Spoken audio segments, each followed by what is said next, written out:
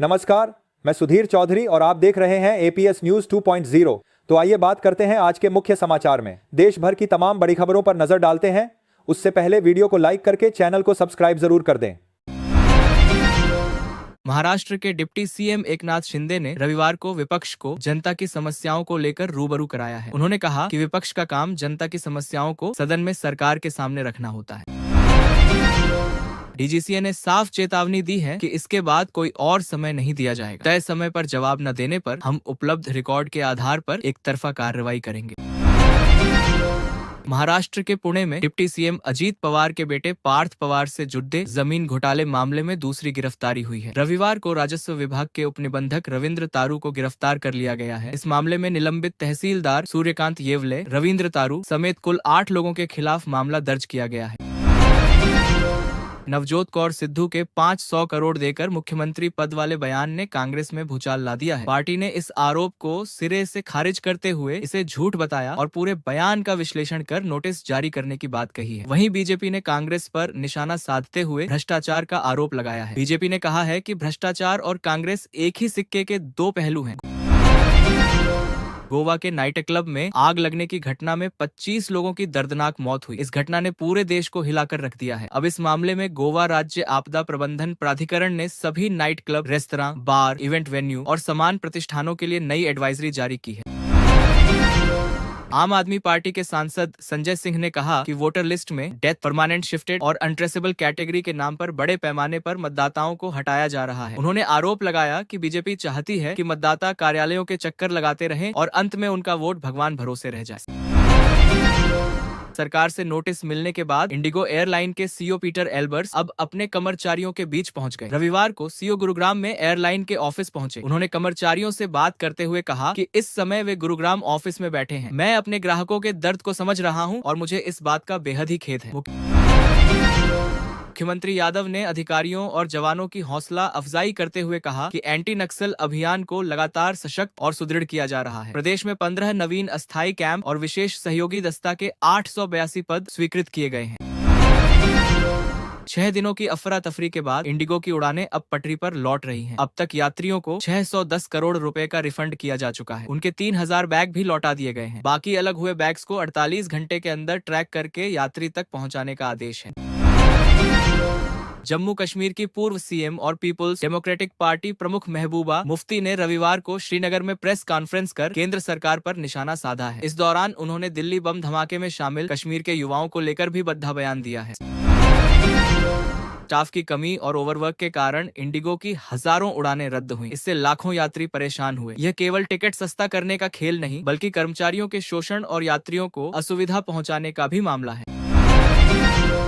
उत्तर प्रदेश के पूर्व मुख्यमंत्री और समाजवादी पार्टी के राष्ट्रीय अध्यक्ष अखिलेश यादव ने सरकार और चुनाव आयोग पर निशाना साधा है। इस दौरान उन्होंने सीएम योगी आदित्यनाथ के बुलडोजर पर भी कटाक्ष किया है। अखिलेश ने आरोप लगाया है कि विशेष गहन पुनरीक्षण के बहाने विपक्ष के वोट काटे जा रहे हैं। पश्चिम बंगाल में अगले विधानसभा चुनाव से पहले हुमायूं कबीर ने बाबरी मस्जिद का शिलान्यास कर ममता बनर्जी को चुनौती दी है। टीएमसी से निलंबित कबीर मुस्लिम वोट बैंक में सेंध लगाने की तैयारी में है। वह नई पार्टी बनाकर 90 सीटों का लक्ष्य लेकर चल रहे हैं, जिससे बंगाल की राजनीति में मुस्लिम वोटों का समीकरण बदल सकता है। संसद के शीतकालीन सत्र में आज लोकसभा में चुनाव सुधारों और वोट चोरी के आरोपों पर 10 घंटे की बहस होगी। राहुल गांधी नेता विपक्ष के रूप में इसमें हिस्सा लेंगे। उनके साथ बहस में और भी कई नेता शामिल होंगे। गुजरात में अरविंद केजरीवाल की यात्रा को लेकर जन भावना बेहद सकारात्मक देखी जा रही है। पार्टी के कार्यकर्ता और स्थानीय लोग इसे सहमति और सहारा देने वाला दौरा बता रहे हैं। आप विधायक गोपाल इटालिया पर हमला के बाद से प्रदेश की राजनीति गरमाई हुई है। मध्य प्रदेश के मुख्यमंत्री मोहन यादव ने आम लोगों से शहीद सैनिकों के परिवारों और शारीरिक रूप से अक्षम हो चुके सैनिकों के कल्याण के लिए अपना सहयोग देने की अपील की है। उन्होंने इस मौके पर QR कोड से जरिए मदद राशि भी भेंट की। रक्षा मंत्री राजनाथ सिंह ने रविवार को 125 बॉर्डर इंफ्रास्ट्रक्चर प्रोजेक्ट्स देश को समर्पित किए हैं। ये सभी प्रोजेक्ट्स 2 केंद्र शासित प्रदेशों और 7 राज्यों में फैले हैं। इन राज्यों में 28 सड़कें, 93 पुल और 4 दूसरे प्रोजेक्ट्स को करीब 5000 करोड़ रुपए की लागत से पूरे किए गए हैं। कोलकाता में सामूहिक गीता पाठ के आयोजन के अवसर पर बागेश्वर धाम सरकार आचार्य धीरेन्द्र कृष्ण शास्त्री ने कहा कि भारत में हम तनातनी नहीं सनातनी चाहते हैं। भारत में हम गजवाए हिंद नहीं भगवाए हिंद चाहते हैं। मध्य प्रदेश के बालाघाट में देर रात 10 नक्सलियों ने मुख्यमंत्री मोहन यादव के सामने सरेंडर किया। वनकर्मी गुलाब उइके की प्रेरणा से यह ऐतिहासिक आत्मसमर्पण संभव हुआ। 35 साल से बालाघाट पर लगा नक्सल आतंक का कलंक मिटा है। दिल्ली बीजेपी अध्यक्ष वीरेंद्र सचदेवा ने कहा कि प्रदेश वाले आशा करते हैं कि सौरभ भारद्वाज हाल ही में ग्रेटर कैलाश वार्ड उपचुनाव में 4000 वोट से मिली हार से सबक लें और वासुदेव घाट जैसे अनावश्यक मुद्दों पर बयानबाजी बंद कर लोकहित में काम करें। आम आदमी पार्टी के राज्यसभा सांसद संजय सिंह ने एक साथ कई मुद्दों पर बीजेपी को घेरा। उन्होंने आरोप लगाया कि बीजेपी के लोग वंदे मातरम के पीछे अपने गुनाहों को छिपाना चाहते हैं। वहीं उन्होंने इंडिगो एयरलाइन संकट को भी एक साजिश करार दिया है। नवजोत कौर सिद्धू ने एक दिन पहले मुख्यमंत्री पद को लेकर बड़ा बयान दिया था, जिससे पार्टी की जमकर किरकिरी हुई थी। इसके बाद अब पार्टी ने उनकी प्राथमिक सदस्यता सस्पेंड कर दी है। नवजोत कौर सिद्धू ने शनिवार को पंजाब के राज्यपाल गुलाब चंद कटारिया से मुलाकात भी की थी।